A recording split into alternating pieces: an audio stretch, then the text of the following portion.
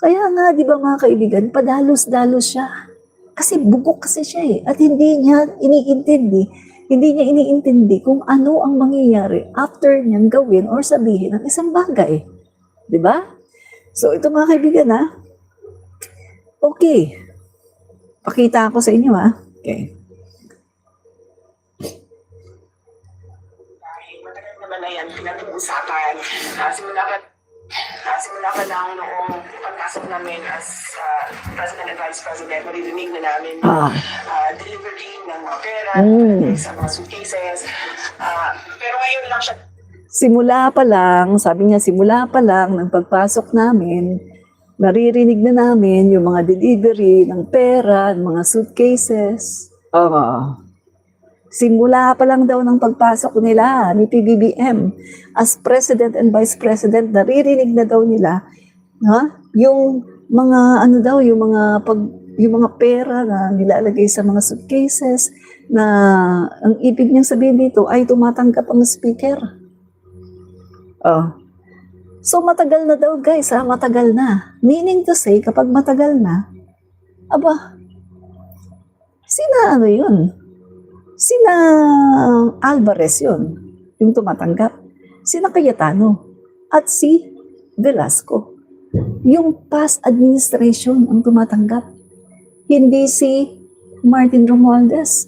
Dahil si Martin Romualdez, wala pa siya sa opisina ng speaker. Dahil si Martin Romualdez during that time ay isang kongresista. Hindi siya Speaker of the House. Kailan daw kailan nagbukas ang 19th Congress? July 25. At nung July 25, nag-alisa na yung mga kongresista na tapos na. Nag-take over na ngayon yung mga bagong halal.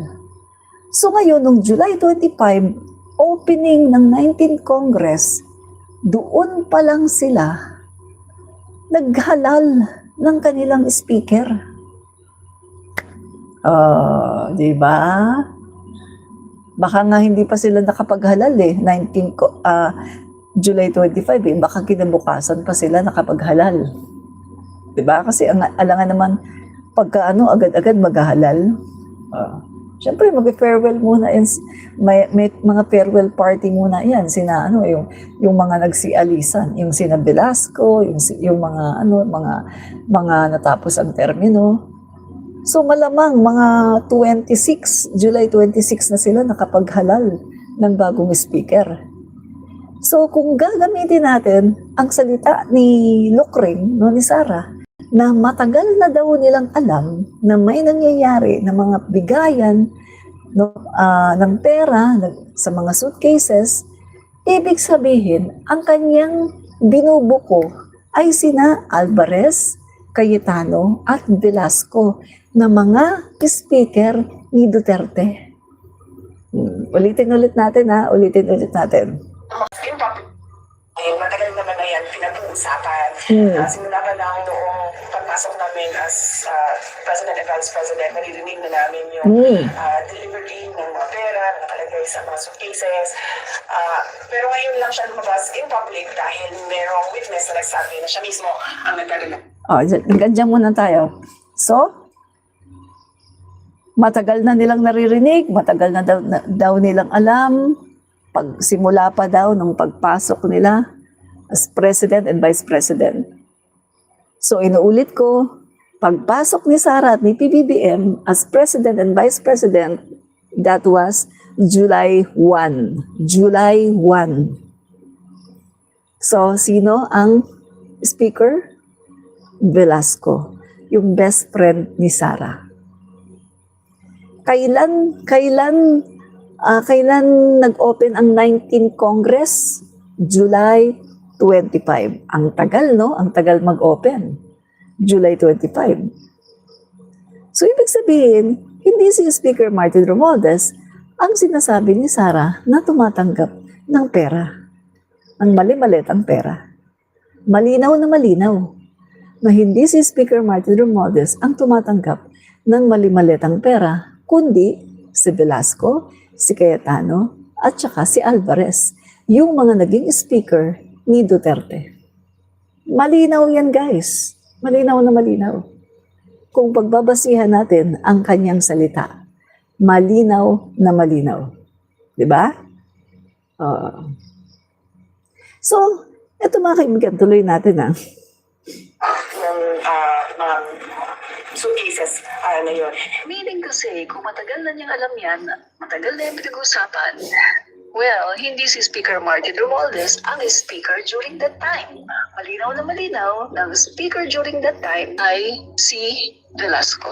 Kasi guys, pumasok si Speaker Martin na si Speaker of the House. Mga kalagitnaan na yan ng July. Ang 19th Congress ay nagbukas noong July 25. Mula nang magbukas ang 19th Congress ng July 25, 2022 sa Malinaw. So meaning to say, pagpasok ni Sara Duterte at ni PBBM as President and Vice President, hindi pa Speaker si Speaker Martin Romualdez. Magbubutuhan pa yan sa plenary kung sino magiging Speaker. Ito palang muli-muli na ang kasinungalingan ni Sara. Mga kaibigan, ang nilalaglag dito ni Sara ay hindi si Speaker Martin, kundi yung mga dating Speaker of the House. Pero mo, matagal na pala niyang alam na may ganyan, pero hindi siya nagsasalita. Tingnan mo yan kung gaano siya kakurakor. Malamang sa malamang, tinulirin niya ito mga kaibigan. Kasi matagal na pala niyang alam, pero hindi man lang siya nagsalita. Tinulirin niya. Wala siyang yung... So, yan yung sinasabi ko, guys. No? Yan yung sinasabi ko. Biruin mo, ha? Kung matagal na niyang alam, ibig sabihin, president pa si Duterte. Alam na niya yung kalakaran na merong mga pera, no, na sa mga suitcases, no, at ibinibigay sa speaker. Alam na niya. Ha? Pero hindi siya nagsasalita, hindi niya binubunyag ang mga nangyayari sa panahon ng tatay niya. Na, ayan nga, yung mga pera sa suitcases, binibigay sa speaker, pati mga pera na galing sa sugal. So makikita natin anong klase siyang tao. Hindi siya concerned sa bayan natin, na kahit nakita na pala niya at kahit alam na pala niya na matagal na, from her word mismo, her mouth, alam daw niya na matagal na. Noon pa daw yan, alam na daw niya na matagal na nangyayari yan. Pero hindi man lang niya inilabas, hindi man lang niya pinasabog, hindi man lang siya naging concerned dahil wala talaga siyang pagmamahal sa bayan. Diba? Wala siyang pagmamahal sa bayan, mga kaibigan. So wala siyang pakialam kahit na pinagnanakawan ng mga Pilipino, wala siyang pakialam kahit na tumatanggap ng mga illegal na pera na galing sa sugal, itong mga speaker ni Duterte. Wala siyang pakialam dahil Duterte ang nakaupo tatay niya. Ayaw niyang sirain ang administrasyon ng kanyang tatay. So ngayon guys, booking na booking si Sara. Booking na booking siya, mga kaibigan. Guys, hindi ako nag-invento, di ba? Ano yung ginamit ko? Yung kanyang press con, yung kanyang mga sinasabi. Hindi naman ako nag-invento Kung anong sinabi niya, yun lang din ang sinasabi ko. Walang invento sa sinasabi ko. Di ba? Mismo siyang nagsabi Matagal na yan nangyari, matagal na naming alam yan. Yan ganyang kalakaran, matagal na daw nilang alam. Yung mga pera daw, nalagay daw sa mga suitcases. So meaning to say, alam na pala niya ang nangyayari sa panahon ng tatay niya, pero tahimik siya. Diba? Mga kaibigan, i-share niyo itong video ko, no? I-share niyo ito para malaman ng buong bansa, mga kaibigan, na matagal nang alam ni Sara Duterte, no? Kasi yung iba, hindi nila napipick up no? Hindi nila na-absorb yung sinasabi ni Sara ako napansin ko kaagad Napansin ko kaagad na, may mali doon Kung sinasabi niyang matagal na niyang alam yun, matagal nang nangyayari yan, pagpasok pa lang daw nila, no, ni PBBM as President and Vice President, ay naririnig na daw nila yan. So meaning to say, yung gumagawa nun ay sina Velasco, sina Cayetano, at si Alvarez. Kasi si Speaker Martin, during that time, hindi siya speaker. Nag-umpisa or nag-open ang 19th Congress July 25. Kailan umupo si Sara at si PBBM? July 1. July 1 umupo si PBBM at si Sara. Pagkatapos sasabihin ni Sara, pag-upo namin, at alam na namin yan, matagal na namin alam, simula nung pag-upo namin, kasi naririnig na namin yan. So doon pa lang guys, may mali na eh. Kasi matagal na daw niyang alam. Simula pa lang daw nung pag-upo nila, naririnig na daw nila. So meaning to say, naririnig nila na may bigayan ng mga pera na nilalagay sa mga maleta ang mga speaker. So sino yung speaker ulit? Si Velasco, yung kanyang best friend. Alam niyo mga kaibigan, si Sara, bobo talaga siya. Then mga kaibigan, no, yung mga sinasabi niya, hindi niya na-realize no, na mali. Bobo talaga siya, guys. 101% si Sara ay bobo. Sa totoo lang. Hindi niya na-realize yung mga sinasabi niya eh. Sabi ko nga sa inyo, di ba? Magdebate kami niyan.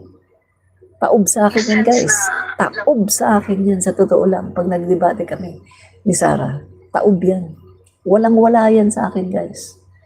Papalamunin ko yan ng, kumbaga, matawag doon, alikabok. Walang-wala sa akin yan pagdating sa debate. Matalino ako kaysa sa kanya. Bugok siya, bugok, guys. Ay, pangit kalabanin yan kasi bugok eh. Magandang kalaban sa debate yung matatalino. Nga pala, hindi siya magandang kalabanin kasi bugok siya eh. Tama ka, Erwin Hernandez, utal-utal nga magsalita si VP Sara. Correct. Utal-utal magsalita. Knowing ang tagal-tagalan niya sa Manila, may bahay pa siya sa Manila, pagkatapos ganyan pa rin siya. O, di ba? Bugok. Tapos ito pa mga kaibigan So, itong mga video dito, nagko-corroborate mga kaibigan. No? Kinukumpirma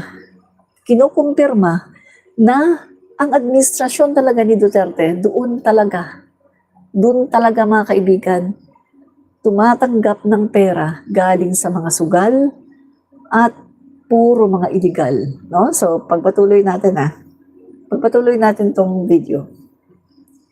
Okay. Wala ng korupsyon. Wala siyang ganon. Dahil matagal na pala niyang alam at ang nilalaglag niya dito ay si Speaker Velasco at si Cayetano. Kasi matagal na niyang alam pagpasok pa lang daw nila ni PBBM sa President and Vice President, alam na nila, naririnig na nila. Kailan ba pumasok ang 19th Congress? Ayan malinaw na malinaw. Ang 19th Congress ay nag-umpisa noong July 25. July 25. At pagpasok ng 19th Congress na yan, hindi pa si Speaker Martin Romualdez dahil nagbubutuhan pa lang yan. Kita natin mga kaibigan yung ang tindi magsinungaling, di ba? Sinungaling ang gaga. Grabe, huling-huli ang kanyang kasinungalingan. Huling-huli, guys. Yan yun, Meron pa. Ito pa, isa pang kasinungalingan. Hindi siya odd for Martin Romualdez because he was already involved in heavy knowledges doon sa Bukhari case. Kung maalala ninyo, doon sa State of Delaware case sa Amerika, nabanggit na yung pangalan niya doon. Nabanggit na yung pangalan niya doon na tumatanggap ng pera na nakalagay sa knowledges. So, meron talaga yung modus nila. Richard Price, hindi na nagulat, ma'am. Kasi napagalitan naman na yan doon. Hindi lang natin pag-usapan in public kasi walang Nabanggit yung pangalan niya doon na tumatanggap ng nabanggit. As in nabanggit.